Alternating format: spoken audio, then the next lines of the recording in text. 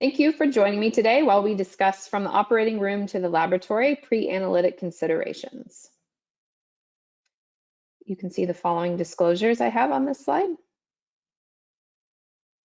All right, so when we think about the evolution of molecular testing, and we think back quite a few years ago now, primarily if we're thinking about lung cancer, it was mainly just looking at a few biomarkers, right? Just a few hotspots in EGFR and maybe KRAS.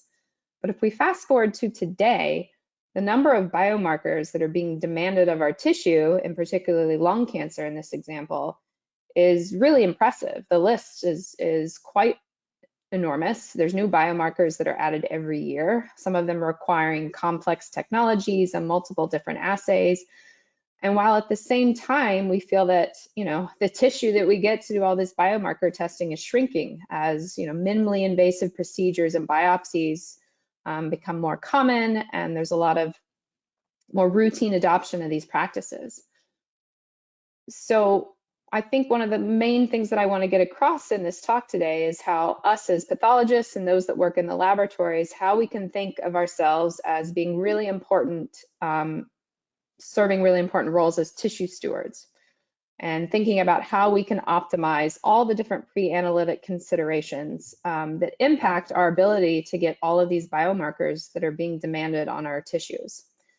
And so the figure and the data that I show here is just kind of one example how optimizing these pre-analytic factors can make a big impact in healthcare delivery to our patients with end-stage cancer. So this was a retrospective study that looked at patients with metastatic non-small cell lung cancer between 2018 and 2020. So this was over 3,000 patients, and this is really relatively recent data. So it was trying to quantify how many of these patients received all of the 5 guideline recommended biomarkers. So these aren't investigative or research biomarkers. These are things that are recommended as guidelines. And less than 50% of patients in this category actually received all 5 biomarkers. And so, the reasons for this are multifactorial and complex. I don't want to oversimplify, but I think all of us that have worked in pathology can all too often recall how many times we've found tissue specimens to end up being inadequate for molecular testing. So this really highlights the importance of optimizing and creating best practices for all the different pre-analytic considerations that our tissues face, so we can really ensure that the majority of our patients are able to receive all the necessary biomarkers that they should be to really guide their treatment properly. So I wanted to start off with a case that just kind of highlights many of the different areas that I think were discussed today in pre-analytic testing. And so this is the case of a 60-year-old man with stage 4 lung cancer who's had several cycles of chemotherapy and is having increasing disease burden in the liver. So they wanted to get a liver core biopsy just for molecular testing. And so they did the liver core biopsy, and they sent the specimen with a requisition, and it was received in pathology, and it was labeled liver biopsy, clinical history of non-small cell lung cancer, and tumor genetic testing, right? So it seems like very clear that this is what this biopsy was intended for. And so day 1, the liver specimen and rec is received in pathology, and already we can look kind of in this H&E picture here, we're starting off with a very teeny bit of tumor at the end of this core biopsy, right? So the core biopsy just kind of barely nicked the edge of this tumor. So already we're kind of starting down in the hole, okay? So we have a very small biopsy with very limited amount of tumor. Now this is something that we see all the time in pathology and in molecular testing labs. We're starting off with just a very small specimen. So next thing, the specimen being logged in the way it was in the pathology lab triggered liver-specific histology orders. So these are things to look at medical liver disease like iron, reticulin, trichrome, things that are not relevant to the patient's cancer diagnosis and certainly not helpful for molecular testing and utilizing a lot of our tissue. Next, a very well-meaning pathologist attempted to characterize this very small, tiny focus of tumor that was present, and they end up leveling through the block. So if you look at this image on the right, that tiny little sliver of tumor is no longer there. So at this point in time, this case is received in the molecular laboratory. Of course, now it's deemed insufficient for molecular testing. And this is 9 days after the specimen was received in pathology and the patient had the biopsy. So, 2 weeks have gone by, still don't have molecular testing results for the patient. And, they've been waiting all this time. And so in this particular instance, the patient declined repeat biopsy and expired within a few months. So clearly we can think about a large number of things that went wrong in this case, right? And, one of the main problems that we all are familiar with is that the tumor tissue is often scanty to begin with, right? We get very limited specimens, not uncommonly. So we have to be very careful with how we utilize our tissue. A second problem is, really poor communication between multidisciplinary teams. Perhaps tumor genetic testing was written on a requisition form, but not everyone reads the requisition forms that's handling the specimen, that's reviewing the slides, etc. So, a more robust communication between the different members of the care team and the pathology laboratories would have been helpful. And then another problem that is often seen is unfamiliarity with specimen requirements or handling for specimens that need to be sent to the molecular lab, and really a complete absence of any sort of best practice. So the outline of what I want to discuss today, hopefully address some of the issues that we saw in that case, is starting off with looking at tissue processing and fixatives, so how the specimen is processed. Looking at what does it mean to have an adequate specimen? What do we need? What are some tumor enrichment techniques that can be done? And how precise and accurate are they? And then what are the assay requirements? We often get asked, how many slides do you need? How much tissue do you need?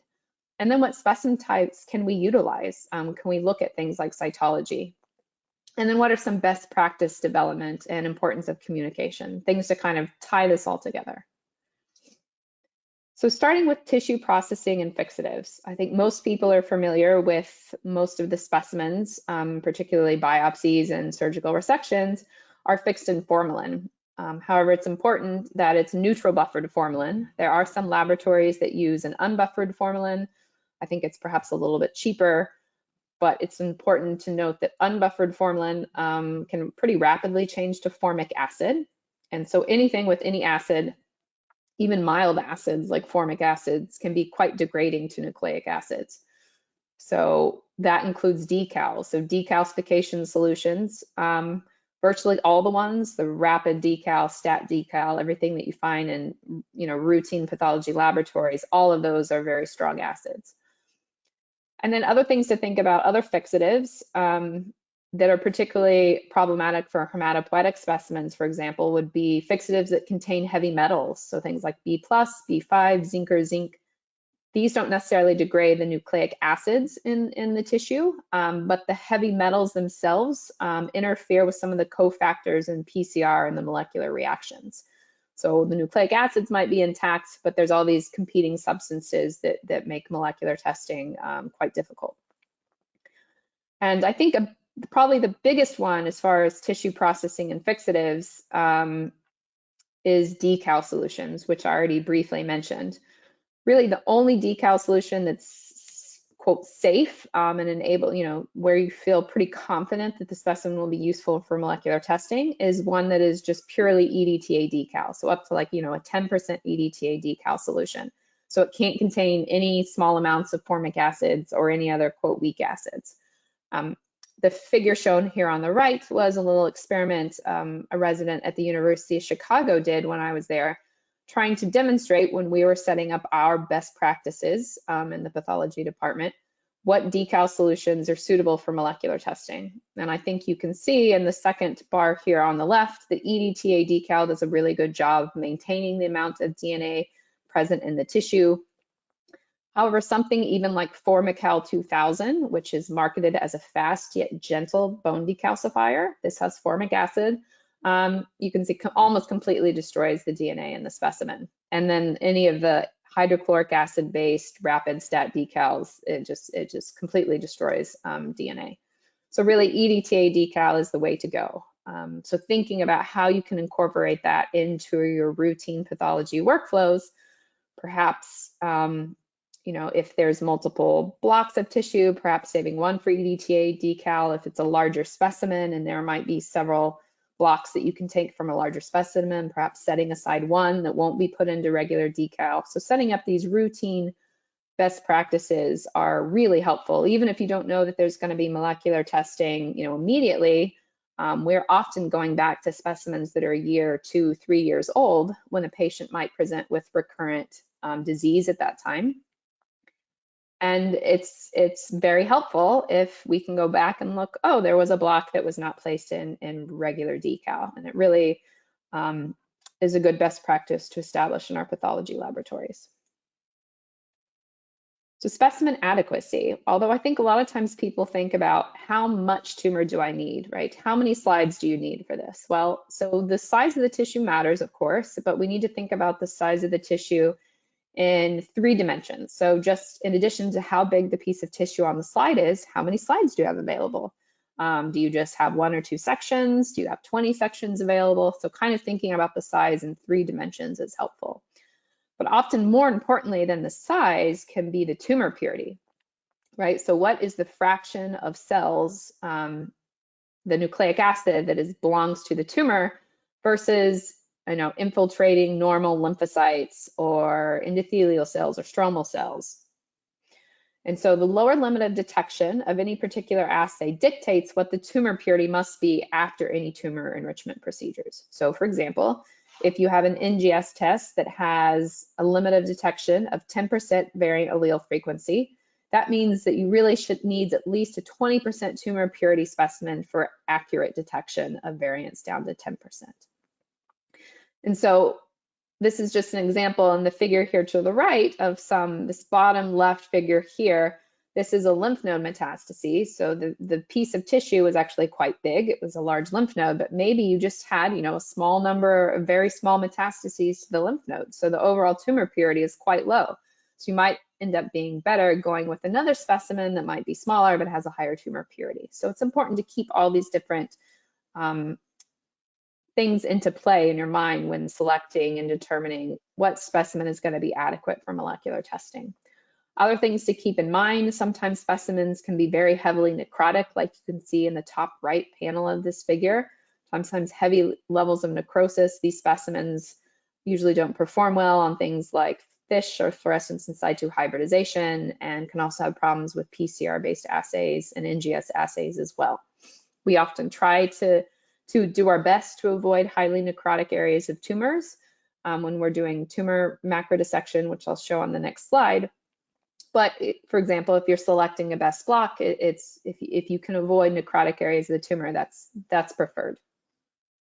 So tumor enrichment techniques, okay? So we have some ability to kind of enrich for the area of tumor that we want to perform testing on.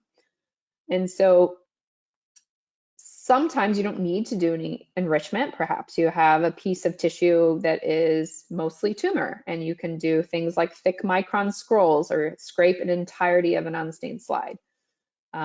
Oftentimes we do some level of macro dissection. And so what that means is that an H&E is examined and marked by a pathologist. So for example, I'll get a list of cases that need to be extracted in the molecular laboratory, and I'll review the H&Es, and I'll take either a dotting pen or a marker and circle on the H&E slide, either actually on the slide, or now we do a lot of things digitally, circle it on a digital image.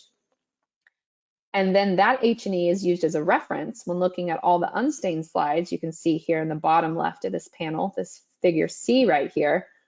They're looking at the H&E and they take an unstained slide and they try to approximate the area that I circled on the H&E to the unstained slide, and then they take a razor blade and scrape it, right? So other than the initial part of where I'm looking down the microscope or on digital pathology software and circling a tumor, the rest of this is not done under a microscope. So I think it's important for us to think about that in a level of precision that we can achieve. I think some people overestimate how precise we can be. We can't, scrape out 5 tumor cells from a lymph node doing this. You can do manual microdissection under a light microscope. That's not done very often in clinical laboratories due to the level of expertise and time that is needed for this. And then in the research setting, there are things like laser capture microdissection where you can just go after those few clusters of cells. But again, this is very labor intensive, expensive, and not done in routine clinical laboratories. So in thinking about how much tissue do we have, is the specimen going to be adequate? It often depends on what test you're running, right? And so things like FISH are wonderful because they can work on as little as 50 tumor cells. So for example, if there is a patient that has advanced non-small cell lung cancer, and we have just a couple of slides of maybe a couple hundred cells each, and that's all we have. While ideally we want to do broad molecular profiling on patients in this instance, sometimes we just have to do the best with what we have. And so if you just have a few slides and not many cells, you can do FISH for a few of the important biomarkers, and perhaps you can do a PCR assay or two. And so triaging specimens really comes down to figuring out what tissue do we have, how can we maximize the amount of biomarkers that we can get out of the available tissue, and what is the clinical setting. So this is a very important triaging step when we're thinking about specimen adequacy in the molecular labs. And sometimes it involves a lot of communication with our clinical colleagues, right? Saying, you know, we have very limited specimens based on the clinical picture and profile. What do you think is the highest priority if we can't do all the tests or biomarkers that are needed? And so oftentimes, like I alluded to, is single analyte PCR-based tests are going to have lower inputs than really large, complex NGS panels, okay? But I think this one, the quote that I have here at the bottom in this box, I think this is a really helpful benchmark when you're trying to figure out how much tissue is needed for an NGS assay. This is data from Brigham and Women's Hospital Center for Advanced Molecular Diagnostics that they published with their institutional experience of their large NGS oncopanel. And they said that they could get with at least a minimum input of 50 nanograms. They had success rates in over 4,000 FFPE specimens approaching 96% if they had at least 20% tumor cellularity and at least 3 millimeters in greatest linear dimension of tumor, right? And then of course they had to have a certain number of 10 unstained sections or something of this amount of tumor. So I think this is a good kind of benchmark to have in your minds when you're trying to judge, how much specimen do I have? Is this going to be adequate for like a comprehensive genomic profiling NGS assay? And thinking about what specimen types we can use, I think most people are aware that FFPE standard histology sections, this is the most common currency of surgical pathology and in molecular diagnostic laboratories for solid tumor specimens. And virtually any molecular test that you can think of that's done for solid tumors is validated for FFPE sections. And so we have really well-established performance metrics of these specimen types. However, many different cytology specimens actually perform quite well for a variety of molecular tests. That includes cell blocks, which are kind of much easier. They're processed more similar to FFPE tissue blocks, formalin fixed. But things like direct smears work really nicely. It's an unfixed specimen that has abundant nucleic acid, and you can also use liquid-based cytology, for example.